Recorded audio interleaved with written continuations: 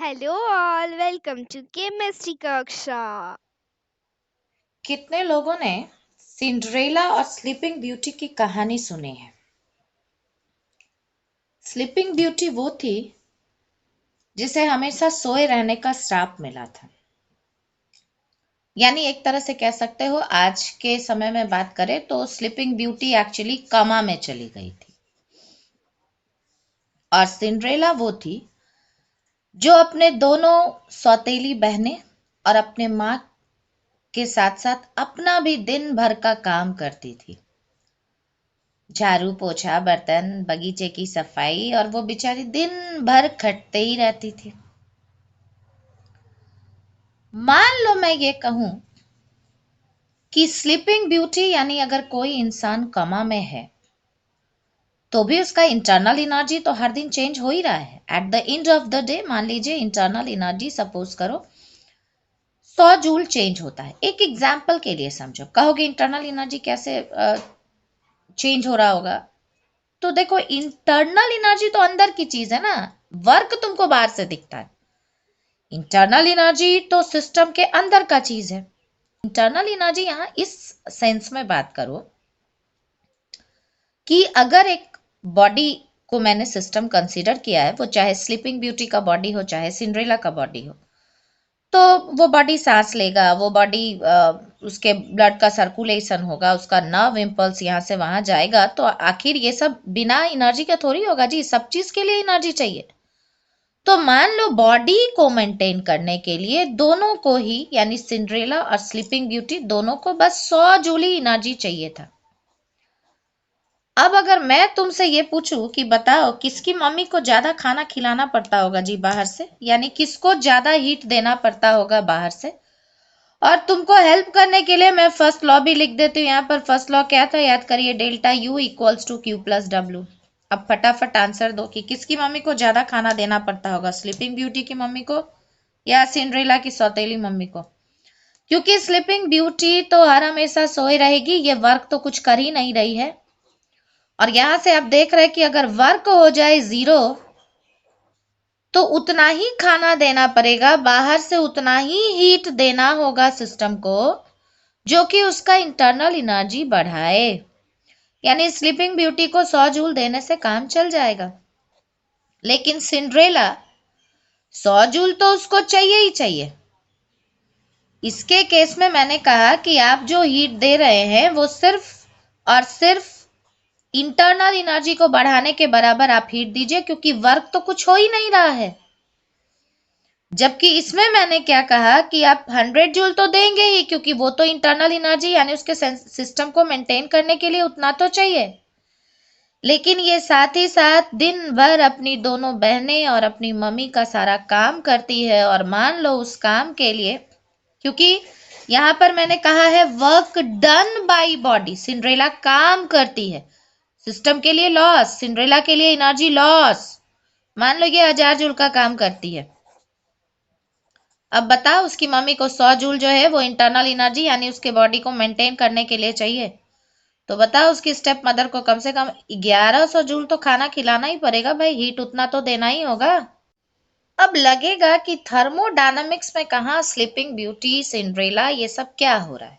देखो, क्योंकि आप कंसर्न है, हम लोग बात कर रहे हैं एक्चुअली केमिकल थर्मोडायनामिक्स, मैंने शुरू में ही कहा था। और केमिकल थर्मोडायनामिक्स मतलब आपके पास रिएक्शन होगा, मेनली गैसियस रिएक्शन होगा। देखो ऐसा है कि हम लोग जो बात कर रहे हैं, हम लोग बात कर रहे हैं केमिकल थर्मोडायनामिक्स। केमिकल थर्मोडायनामिक्स मतलब जनरली आपके पास रिएक्शन में गैसियस रिएक्शन होगा, यानी रिएक्टेंट और प्रोडक्ट जो है वो गैसियस फेज में होगा। और गैसियस रिएक्शन में या तो एक्सपेंशन होगा प्रोडक्ट बनने के बाद, या कंप्रेशन होगा जनरली। मैंने पहले ये चीज कहा है कि अगर सिस्टम का वॉल्यूम चेंज हो जाए, या आप ये कह सकते हैं डिस्प्लेसमेंट हो जाए, पिस्टन का जो डिस्प्लेसमेंट हम लोग दिखाते थे, इसका मतलब है सिस्टम कुछ ना कुछ वर्क किया है। और वॉल्यूम चेंज हो रहा है, क्यों चेंज हो पा रहा है वॉल्यूम? इसलिए क्योंकि आपका कंटेनर ओपन है। क्लोज कंटेनर में वॉल्यूम चेंज नहीं करवा सकते। और ऐसे केस में आप कह रहे हैं कि वो जो वॉल्यूम चेंज हो रहा है तो सिस्टम कुछ वर्क कर रहा है या सिस्टम के ऊपर कुछ वर्क हो रहा है, मतलब वर्क टर्म इज इन्वॉल्व्ड, हम ये चीज कहना चाह रहे हैं। अब जब वर्क इन्वॉल्व होता है तो यहां फर्स्ट लॉ से देखो कि अगर वर्क इन्वॉल्व है तब हम बिल्कुल भी नहीं कह सकते कि हीट और इंटरनल एनर्जी बराबर है। अगर हम कहते हैं सिस्टम वर्क कर रहा है, work done by the system, तो ध्यान से देखो कि इन दैट केस आप लिखेंगे work done by the system, यानी आप कहेंगे delta U equals to Q minus W, और तब आप कहेंगे Q will be equal to delta U plus W. यानी हीट अब इंटरनल एनर्जी के बराबर नहीं है, जो कि हम लोग कांस्टेंट वॉल्यूम में कहा करते थे, क्योंकि वॉल्यूम चेंज, सिस्टम वर्क कर रहा है, और अगर सिस्टम वर्क कर रहा है तो आप कांस्टेंट प्रेशर पर काम कर रहे हैं, और कांस्टेंट प्रेशर पर जो आप टोटल हीट देते हैं ना सिस्टम को, वही उसका इंथैल्पी चेंज करवाता है। जबकि हम लोगों ने पिछले क्लास में क्या बात किया था कि अगर आप कांस्टेंट वॉल्यूम पर सिस्टम को हीट देते हैं तो वो सिस्टम का इंटरनल एनर्जी इंक्रीज करवाता है। क्यों? अगर volume constant, no change in volume, अगर वॉल्यूम ही चेंज नहीं हुआ, यही नहीं है, तो वर्क भी नहीं होगा। वर्क नहीं होगा तो यहां से आप आराम से देख सकते हैं कि heat will be equal to what, delta U. अगर कोई एक शब्द में पूछे तो मैं ये कहूंगी कि हीट एब्जॉर्ब्ड और released bye a system at constant volume is measure of change in internal energy. जबकि अगर ये कांस्टेंट प्रेशर पर बात करेंगे तो this is change in enthalpy. आज का हमारा टॉपिक इंथैल्पी है। और कांस्टेंट वॉल्यूम कांस्टेंट प्रेशर में अगर किसी को कंफ्यूजन हो तो याद करो, कांस्टेंट वॉल्यूम मतलब क्लोज कंटेनर, प्रेशर कुकर, और कांस्टेंट प्रेशर मतलब ओपन कंटेनर, किसी पतीले में आप जब कुकिंग करते हैं तो that will be case of constant pressure. हम लोग प्रेशर कुकर में कुक करते हैं तो उतने ही कुकिंग के लिए आपको उतना ही इंटरनल एनर्जी बढ़ाना है, जैसा मैंने ये इस एग्जांपल में कहा था। Pressure cooker is like you can say sleeping beauty, कि वो कुछ काम तो कर ही नहीं रहा ना, क्योंकि उसका ढक्कन तो ऊपर नीचे जा ही नहीं रहा। तो उसको हीटिंग के लिए, कुकिंग के लिए जितना आपको हीट देना है, यानी अंदर उसमें जो भी सामान आप अंदर डाले हुए जिसका कुकिंग करना है, उसके लिए जितना एनर्जी चाहिए आपको उतना ही हीट बाहर से भी देना है। और सिंड्रेला मतलब ओपन पतीला, जिसमें आपको उतना हीट देना है जो कुकिंग तो करवाए ही करवाए, साथ में वो जो ढक्कन ऊपर नीचे खिसकता रहता है उसमें जो वर्क होगा वो बर्बादी है, ठीक है, लेकिन आपको उतना हीट तो देना ही पड़ेगा। तो वहां आपको टोटल हीट जो है वो ज्यादा देना होता है। और अगर कोई तुमसे पूछे कि ये बताओ कि हीट किस कंडीशन में ज्यादा हमको देना पड़ता है अगर कुकिंग करना हो एट कांस्टेंट वॉल्यूम और कांस्टेंट प्रेशर, तो आप कहेंगे एट कांस्टेंट प्रेशर अगर आपको इंटरनल एनर्जी रेज करना है तो you will have to give more amount of heat, और अगर कांस्टेंट वॉल्यूम में करना है यानी क्लोज कंटेनर में करना है तो you will have to give less amount of heat. एक और चीज जो यहाँ बहुत मजेदार है, तुम याद करो मैंने क्या कहा था कि हीट और वर्क दो क्वांटिटी यहाँ पर ऐसा है विच आर पाथ फंक्शन, है ना। लेकिन अगर कोई तुमसे हीट कहे तो इट्स पाथ फंक्शन, लेकिन अगर कोई तुमसे क्यूवी कहे, कोई तुमसे क्यूपी कहे, then these are state function. क्यों? इसलिए क्योंकि क्यूवी अगर कोई कह रहा है इसका मतलब है वो क्यूवी नहीं, वो इंटरनल एनर्जी कह रहा है। क्यूपी कह रहा है इसका मतलब है वो इंथैल्पी कह रहा है, and these two are state function. तो आज का जो हमारा टॉपिक है वो इंथैल्पी है। इंथैल्पी को डिफाइन करते हैं, it is summation of internal energy and product of pressure and volume H equals to U plus PV। इसी फॉर्म में इसको हम लोग एक्सप्रेस करते हैं। मान लो कोई सिस्टम, क्योंकि हम लोग कंसर्न है केमिकल थर्मोडायनामिक्स से, और केमिकल थर्मोडायनामिक्स में सिस्टम मतलब आपका रिएक्शन मिक्सचर। तो सपोज करो इनिशियली तुम्हारे पास रिएक्टेंट है और आप जो है वो प्रोडक्ट तक जाते हैं फाइनली। रिएक्टेंट मतलब ये हो गया तुम्हारा इनिशियल स्टेट, क्योंकि enthalpy is a state function, इस बात को ध्यान रखना। और ये सारे थर्मोडायनेमिक प्रॉपर्टी में बार बार इसलिए नहीं कह रहे क्योंकि मैंने शुरू में ही कह दिया है कि हीट और वर्क को छोड़ करके remaining all are state function, और ये जो है ये प्रोडक्ट आपका फाइनल स्टेट हो गया। मान लो यहाँ पर enthalpy of the reactant is H1, यहाँ इट इज H2, ये इसका इंटरनल एनर्जी था U1, यहाँ ये U2। क्योंकि ये कांस्टेंट प्रेशर पर ट्रांसफॉर्मेशन हो रहा है, यानी हम या तो ओपन कंटेनर में रिएक्शन करवा रहे हैं, और अगर कंटेनर क्लोज भी है तो लिड ऐसा है, बिल्कुल ऐसा कि एकदम लाइट वेटेड और बिल्कुल फ्रिक्शनलेस, वो ऊपर नीचे मूवेबल है, फ्री मूवेबल। तो ये प्रेशर इसलिए P ही लिख रहे हैं because pressure is constant, but क्योंकि रिएक्टेंट जब प्रोडक्ट में जाएगा तो एज यू ऑल नो कि in most of the cases reactant से प्रोडक्ट में आप जब जाएंगे तो या तो एक्सपेंशन होगा या कंप्रेशन होगा, यानी वॉल्यूम जो है वो चेंज होगा। अगर गैसियस रिएक्शन बात कर रहे हैं तो मोल्स चेंज होगा। ये मान लो वॉल्यूम V1 है, प्रोडक्ट का वॉल्यूम सपोज करो V2 है, तो क्या लिखते हैं हम लोग यहां से H1 हम लोग क्या लिखते हैं, H1 इक्वल्स टू, क्योंकि H equals to U plus PV कहा है, तो H1 क्या लिखते हैं जल्दी देखो, और फिर H2 क्या लिखते हैं उसको फटाफट बात करो। This will be equal to U1 plus PV1। वैसे ही H2 क्या लिखते हैं हम लोग, U2 प्लस PV2। मेरी एक बात ध्यान से समझो, क्योंकि यहाँ वॉल्यूम चेंज हो रहा है ना, इसलिए वॉल्यूम को बदला है, प्रेशर को कांस्टेंट रखा है।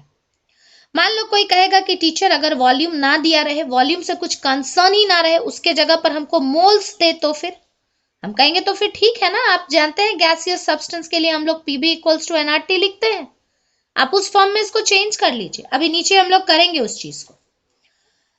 अब यहाँ से क्योंकि इंथैल्पी स्टेट फंक्शन है, और मैंने पहले ही ये चीज कहा है कि जो भी चीज स्टेट फंक्शन होता है हम लोग उसके एब्सोल्यूट वैल्यू पे बहुत इंटरेस्टेड नहीं रहते, यानी H1 H2 से मतलब नहीं, हमको चेंज से मतलब है कि भाई रिएक्टेंट से प्रोडक्ट तक गया तो what is the enthalpy change, यानी हम कंसर्न है H2 माइनस H1 में।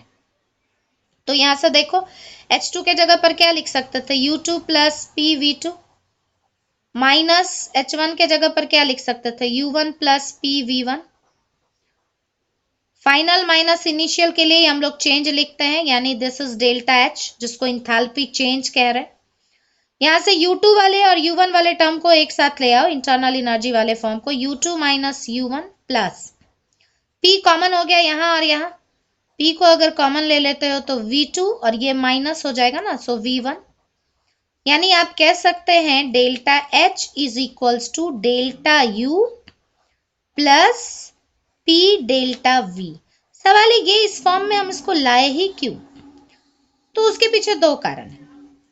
एक तो तुम ये समझो कि H equals to U plus PV हम लोग को पता होना चाहिए, लेकिन because it is a state function तो we are concern with change in quantity, कि भाई स्टेट बदलने से कैसे वो चेंज हो रहा है, तो उसके लिए आपको ये चेंज इन इंथैल्पी हो गया। दूसरा, मैंने जो डिफाइन किया कि enthalpy change is heat absorbed और रिलीज्ड भी कह सकते हो, यानी heat change actually heat absorbed और released by the system at constant pressure, या enthalpy is heat content at constant pressure. तो उस चीज को हम लोग यहां से शो करना चाह रहे हैं। मान लो दिस इज इक्वेशन नंबर 1। अब तुम याद करो कि हम लोग फर्स्ट लॉ से क्या कहते थे, हम लोग फर्स्ट लॉ से कहते थे, remember mathematical expression of first law, what was it, delta U equals to Q plus W। क्योंकि यहाँ प्रेशर वॉल्यूम फॉर्म है तो हम भी वर्क को चेंज कर रहे हैं प्रेशर वॉल्यूम के फॉर्म में, क्या लिखते हैं यहाँ, minus P delta V, right.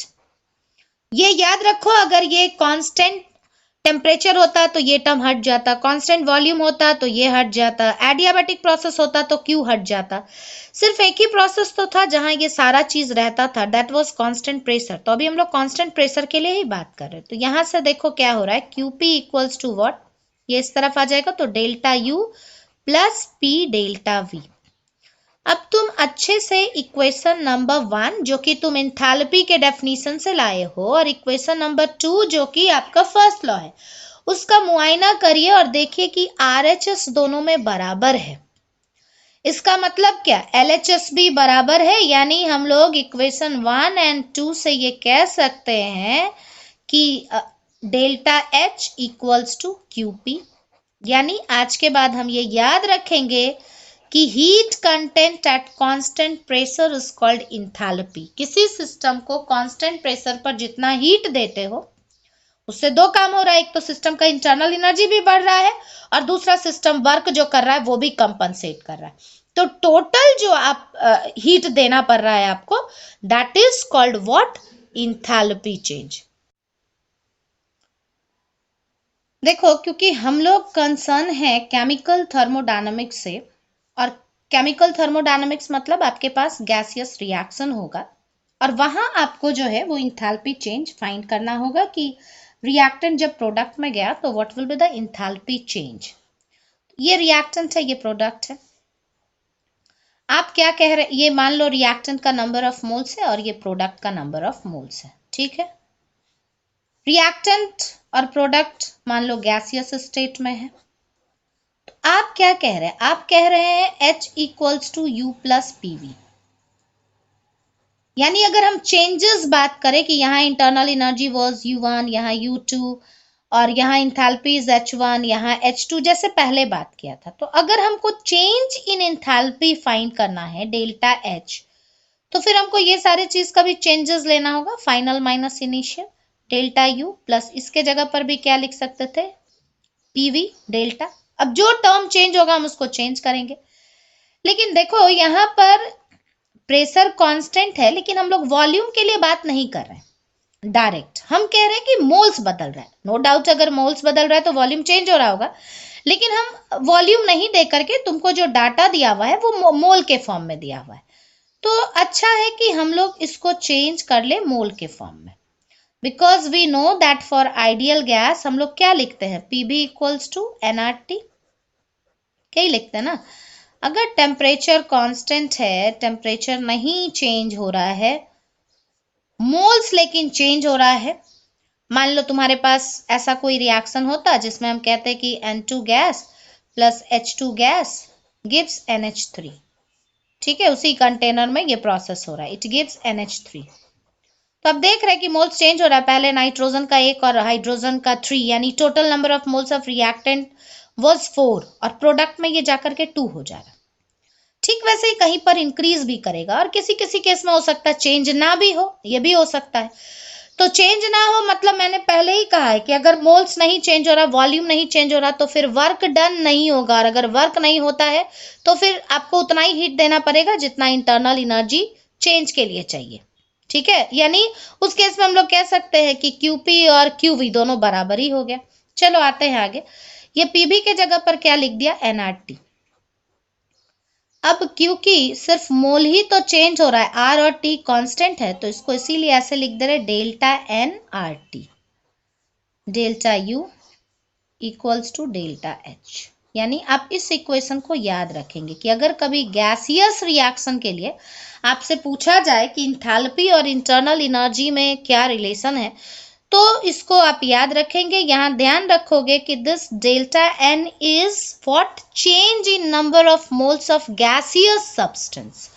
अब कोई कहेगा इसका मतलब हम क्या समझेंगे, हम कहेंगे इसका मतलब आप समझेंगे this is summation of change मतलब final minus initial, final for a chemical reaction is product and initial is reactant। तो आप कहेंगे summation of number of moles of product minus number of moles of reactants। लेकिन याद रखना है कि ये कैसा प्रोडक्ट गैसियस, कैसा रिएक्टेंट्स गैसियस, सॉलिड लिक्विड वाले को आप बिल्कुल भी ध्यान नहीं देंगे, आप सिर्फ गैसियस सब्सटेंस को ध्यान देंगे।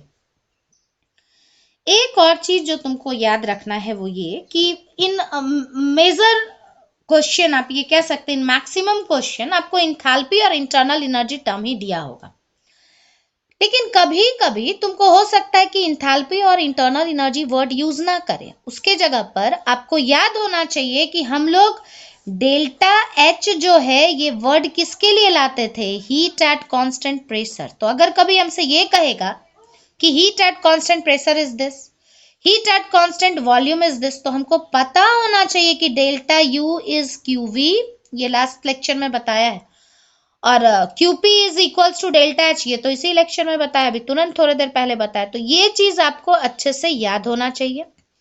This T is temperature in Kelvin, अगर डिग्री सेंटीग्रेड में है तो आप उसको चेंज कर लेंगे कैल्विन में 273 ऐड करके, और आपका टेम्परेचर कैल्विन में ही होगा। आर के लिए मेरी बात ध्यान से समझोगे, दिस इज गैस कांस्टेंट, लेकिन unit is important in this case, क्योंकि तुमको delta H delta U energy form है, इसका यूनिट जनरली जूल में दिया होगा, ये भी हो सकता है कोई 1 किलो जूल में, कोई 1 जूल में, तो आप किलो जूल वाले को भी जूल में चेंज कर लेंगे 1000 से मल्टीप्लाई करके, क्योंकि आर का जो वैल्यू आप यूज कर रहे हैं वो जूल वाला यहाँ यूज करेंगे, 8.314 जूल पर मोल पर केल्विन। ये बिल्कुल कंफ्यूजन नहीं होना चाहिए कि हम यहाँ एटमॉस्फेयर या बार वाला वैल्यू क्यों यूज नहीं कर रहे, why, because other forms are in joule unit, है ना, तो इस चीज को तुम ध्यान रखोगे। अब क्वेश्चन का इसमें बहुत सारा पैटर्न है। जो सबसे पहला पैटर्न होता है वो ये कि तुमसे कोई रिएक्शन देगा, जैसे मान लो मैंने यही रिएक्शन कहा और तुमसे मैं कहती कि फॉर द रिएक्शन, और ऑप्शन होता तुम्हारे पास delta H greater than delta U, delta H lesser than delta U, हो सकता था डेल्टा एच डेल्टा यू नहीं देकर के क्यूपी क्यूवी टर्म भी हो सकता था, delta H equals to delta U, और एक चौथा ऑप्शन होता कि इसमें से कुछ भी सही नहीं है, नॉन। तो देखो मेरी बात ध्यान से समझो, अगर आपको इस तरह का क्वेश्चन दिया हुआ है तो ये न्यूमेरिकल तो बिल्कुल नहीं है, क्योंकि आपको कोई नंबर नहीं दिया गया, टेम्परेचर नहीं दिया गया, इंटरनल एनर्जी नहीं दिया गया, इंथैल्पी नहीं दिया गया, आपसे सिर्फ रिलेशन पूछा जा रहा है।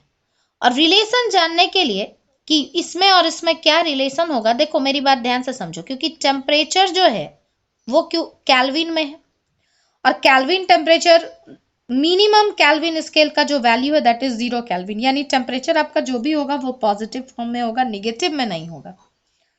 आर का वैल्यू आप देख रहे हैं, it's more than 1, greater than 1, यानी ये डेल्टा एन जी का वैल्यू है जो डिसाइड करेगा कि whether delta H will be greater और delta U will be greater.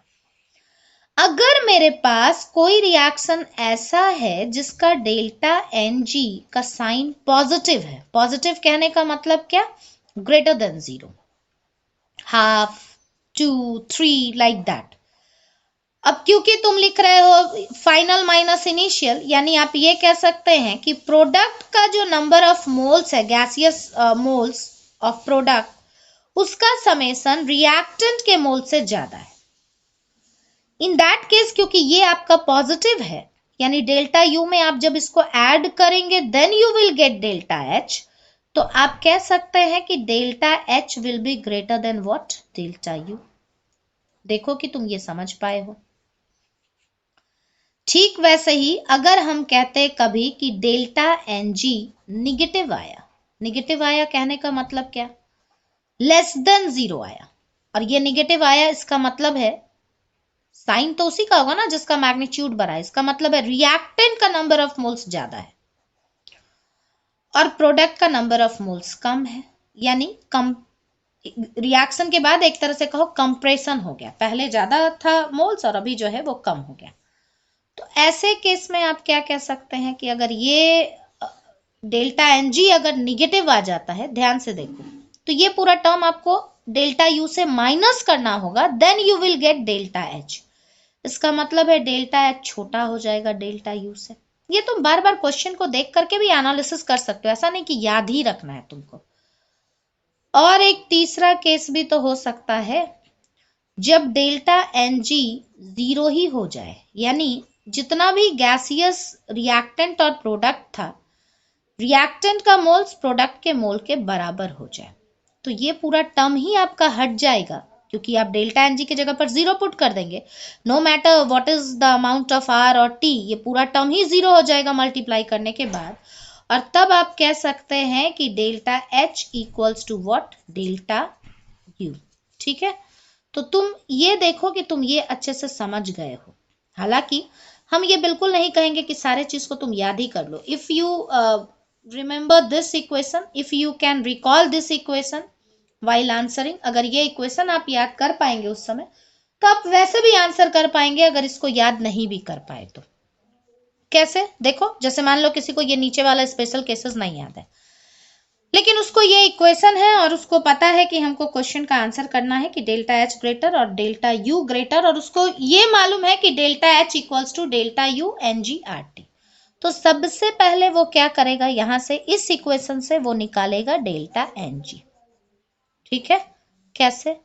मैंने कहा सारे रिएक्टेंट प्रोडक्ट को आप देखेंगे और प्रोडक्ट के मोल में से रिएक्टेंट को माइनस करेंगे, उल्टा नहीं कर देंगे, प्रोडक्ट से रिएक्टेंट को माइनस करेंगे. तो देखो इधर प्रोडक्ट में क्या क्या है तुम्हारे पास, सिर्फ NH3 2 मोल, रिएक्टेंट में क्या क्या है, 1 मोल N2 और 3 मोल H2, यानी टोटल कितना हो गया, 2 माइनस कितना 4, यानी कितना आ गया -2. आपका इक्वेशन क्या था, याद करिए, आपका इक्वेशन था delta H equals to delta U plus NRT, right, delta NGRT. N के जगह पर अभी क्या रखोगे, N के जगह पर अभी आप रखोगे -2RT. अब खुद देखो और बताओ कि डेल्टा H ग्रेटर और डेल्टा U ग्रेटर, तो क्योंकि डेल्टा U से 2RT माइनस करोगे then you will get delta H. इसका मतलब है डेल्टा H तो छोटा ही आएगा क्योंकि U से माइनस करने के बाद बचा हुआ चीज डेल्टा H है. इसका मतलब है कि B option is correct one. दूसरा जो पैटर्न होता है क्वेश्चन का वो ये कि जब तुमको टेम्परेचर दिया होता कि टेम्परेचर मान लो किसी रिएक्शन का इतना है और रिएक्शन भी दिया होता तो तुम डेल्टा एन फाइंड कर पा रहे हो, टेम्परेचर दिया हुआ है उसको केल्विन में चेंज करो, अगर नहीं है तो, और केल्विन में ही दिया हुआ then it's very good. R का वैल्यू आपको यही डालना है. डेल्टा एच या डेल्टा यू किसी एक चीज का वैल्यू देगा और दूसरा आपसे पूछेगा, लेकिन एक चीज को हमेशा दिमाग में रखना, यूनिट डेल्टा एच और डेल्टा यू जूल में होना चाहिए. Next question is the value of enthalpy change for the reaction is minus 1366.5 kilojoule per mole. ये enthalpy change दिया हुआ है. enthalpy change यानी हम लोग enthalpy change को कैसे लिखते थे, याद करिए, delta H. so delta H value is given that is minus 1366.5 kilojoule. मैंने क्या कहा था, याद करो, जब भी किलोजूल में डाटा हो आप उसको जूल में चेंज करेंगे, यानी इसको 1000 से मल्टीप्लाई करके पहले जूल में चेंज करेंगे. क्यों? क्योंकि आर हम लोग जो लेते हैं वो हम लोग जूल यूनिट लिख रहे हैं ना, तो इसको 1000 से मल्टीप्लाई करेंगे तो दिस विल बी 6500 जूल पर मोल एट 27 डिग्री सेंटीग्रेड. टेम्परेचर आपको सेंटीग्रेड में है, आपको केल्विन टेम्परेचर चाहिए, capital T is temperature in kelvin, तो दिस विल बी 27 प्लस 273, ये हो गया 300 केल्विन. आगे क्या कह रहा है, find internal energy change for the reaction. आपसे पूछा जा रहा है इंटरनल एनर्जी यानी डेल्टा यू क्या होगा, आपको डेल्टा यू फाइंड करना है. तो ये न्यूमेरिकल हुआ क्योंकि इसमें आपको नंबर है, फॉर्मूला पे आपको पुट करना है and you have to get the answer. क्या था फॉर्मूला हमारा, याद करो, delta H equals to delta U plus delta N G R T. क्योंकि यहाँ मोल चेंज हो रहा है, रिएक्शन है, और मैंने कहा है अगर मोल चेंज ना होता रहे तो आप पीबी जो पीबी वाला फॉर्म था उसमें जो चीज चेंज हो, यहाँ पर जैसे बताया था ना कि ये डेल्टा पीबी, अब अगर यहाँ पर मान लो मोल सेम होता, हम किसी ऐसे रिएक्शन के लिए बात करते हैं जहां एक्चुअली खाली टेम्परेचर चेंज हो रहा है तो मोल्स नहीं चेंज हो रहा, गैस का फिक्स्ड मोल हम लिए हैं और उसका टेम्परेचर हम चेंज करवा रहे हैं, और तब हम जानना चाहते हैं कि what is the enthalpy change और what is the change in internal energy, तो हम टेम्परेचर को यहाँ से चेंज करते, यानी टेम्परेचर के आगे हम डेल्टा लगाते. अगर वॉल्यूम चेंज हो रहा होता तो मैंने पहले ही बताया था कि यहाँ पी डेल्टा वी हम लोग लिख सकते थे. सो डिपेंडिंग कि आपको कौन सा टर्म चेंज हो रहा है. फिलहाल रिएक्शन यहाँ पर दिया हुआ है और रिएक्शन में जरा ध्यान से देखो कि मोल चेंज हो रहा है, लेकिन यहाँ लिक्विड पर आप फोकस बिल्कुल भी नहीं करेंगे. आपको कौन सा सब्सटेंस लेना था, किस स्टेट को आपको कंसीडर करना था, गैसियस स्टेट.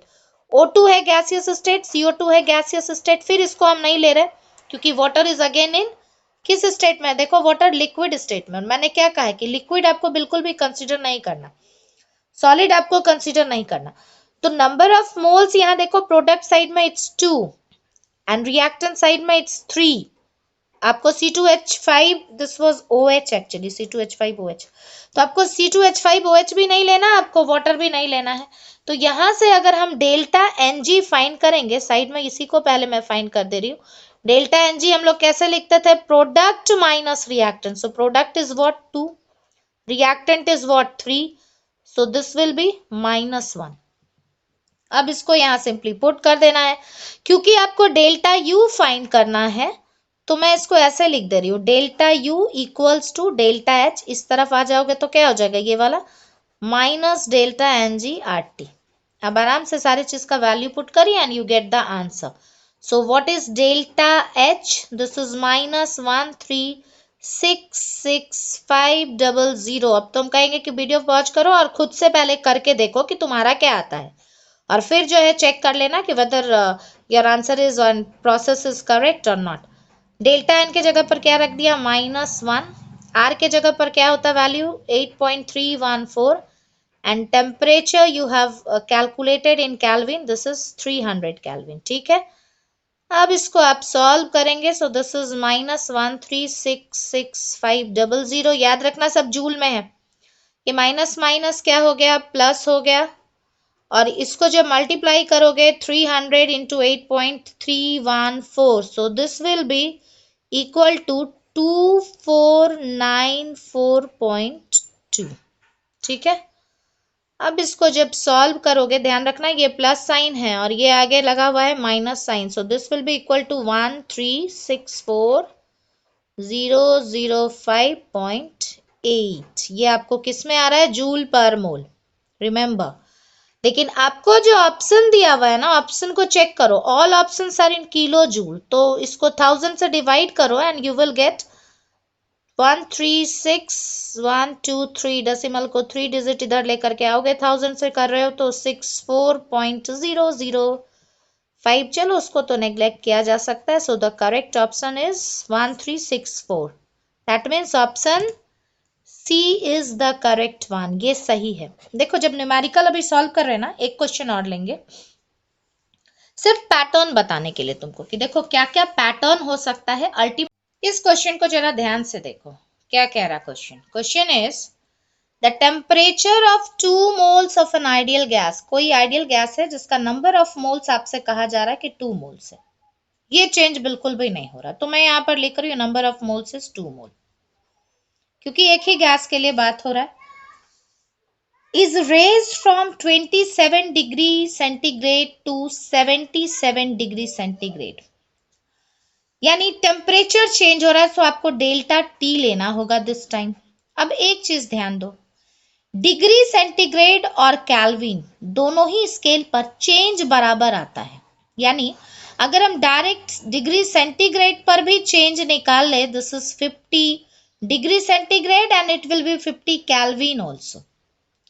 अगर आप 20, ऐसे तो समझ ही पा रहे हो कि 50 डिग्री सेंटीग्रेड में डिग्री सेंटीग्रेड आ रहा था, केल्विन क्यों लिख दिया मैंने उसको भी समझो। 27 को चेंज करोगे अगर केल्विन में, 273 ऐड करोगे, सो this will be what 300 kelvin, और जब इसमें 273 ऐड करोगे, 273 ऐड करके देखो, so this will be 350 kelvin, sorry, तो difference will be again of 50। और इसको दिमाग में रखो भी कि जहां डिफरेंस लेना होता है ना, वहां डिग्री सेंटीग्रेड को केल्विन में चेंज करना कोई जरूरी नहीं है, बिकॉज डिफरेंस दोनों ही स्केल का क्या होता है, सेम होता है, सेम वैल्यू आएगा डिफरेंस में। अब तुमसे पूछा जा रहा है कि इस बार डेल्टा एच या डेल्टा यू दोनों में से कुछ दिया नहीं है, कुछ पूछ भी नहीं रहा, पूछ रहा है कि डेल्टा एच और डेल्टा यू का डिफरेंस क्या होगा, आप ये बताइए। मैंने क्या कहा है कि भाई जब ऐसा हो कि तुम्हारे मन मुताबिक क्वेश्चन ना हो, कहोगे मन मुताबिक मतलब क्या होता था, हम कहेंगे मन मुताबिक का मतलब होता था delta H equals to delta U plus delta NG/T, या मोल्स नहीं चेंज हो रहा है। तो मैंने कहा है कि सिंपली अपना इंथैल्पी का ओरिजिनल इक्वेशन याद रखिए भाई, H इक्वल्स टू क्या कहते थे, U प्लस PV, राइट, और फिर जिसमें जिसमें चेंज है उसको चेंज के फॉर्म में लिख दो, यानी delta H equals to delta U delta PV। और क्योंकि तुमसे अभी पीवी तो दिया नहीं है, तुमसे टेम्परेचर और मोल्स बात कर रहा है, तो तुमको पीवी को चेंज करना पड़ेगा, तो क्या लिखने कहा था यहाँ, PV equals to what, NRT. अब जो टर्म चेंज हो रहा है आप भी उसी को चेंज करिए। इससे पहले केमिकल रिएक्शन होता था, वहां मोल्स चेंज होता था, तो हम लोग मोल्स को चेंज लिखते थे, फाइनल माइनस इनिशियल। अभी आपसे टेम्परेचर कह रहा चेंज, तो आप टेम्परेचर चेंज रखिए। बार बार जब प्रैक्टिस करोगे ना तो ये फिर ये लिखने का जरूरत ही नहीं होगा, शुरू में ही समझ में आ जाएगा कि मोल्स चेंज नहीं कह रहा, टेम्परेचर चेंज कह रहा है, तो हम एन आर डेल्टा टी लिखा करें। ठीक है, चलो अब आगे बढ़ो और थोड़ा सा खुद भी कोशिश करो, वैल्यूज पुट करो और ट्राई करो कि तुमसे भी थोड़ा बन पाए। सो ये क्या हो गया, delta H minus delta U equals to N R delta T. ठीक है, delta H minus delta U, यही तो आपसे पूछा जा रहा है। अब यहाँ वैल्यू डालिए, एन वॉज 2, आर कितना लिखते हैं हम लोग, वैसे तो 8.314 लिखते हैं, मगर यहाँ पर ध्यान दो 8.3 ही आपको लेने के लिए कह रहा है। आपको कह रहा है ज्यादा कैलकुलेशन मत दिखाइए हमको, सिंपली आप ये दिखाइए कि आपका अंडरस्टैंडिंग क्या है। And temperature difference is of 50, बस मल्टीप्लाई करो and you will gate the answer. और मल्टीप्लीकेशन भी देखो कितना कमाल का दिया हुआ है, 50 मल्टीप्लाई 2 इज 100। 8.3 को अगर 100 से मल्टीप्लाई करोगे तो यू विल गेट 830, क्योंकि इसका यूनिट भी जूल है, ये भी जूल है। क्यों जूल है, इसलिए क्योंकि आप जो है जूल पर मोल में ही आएगा, क्योंकि आप आर जूल का फॉर्म ले रहे हैं। और फिजिक्स में प्रिंसिपल ऑफ होमोजेनिटी पढ़े हो जी, जब हम लोग किसी चीज को ऐड या सब्ट्रैक्ट करते हैं तो उसका रिजल्ट सेम ही आता है, यानी ये भी जूल ये भी जूल, तो जो डिफरेंस आएगा वो भी जूल ही यूनिट में होगा। सो दिस विल बी 830 जूल। ढूंढो कौन सा ऑप्शन है, ऑप्शन ए है क्या, नहीं, ऑप्शन बी है। So this is the correct option. Hope so कि तुम यहां तक समझे होगे।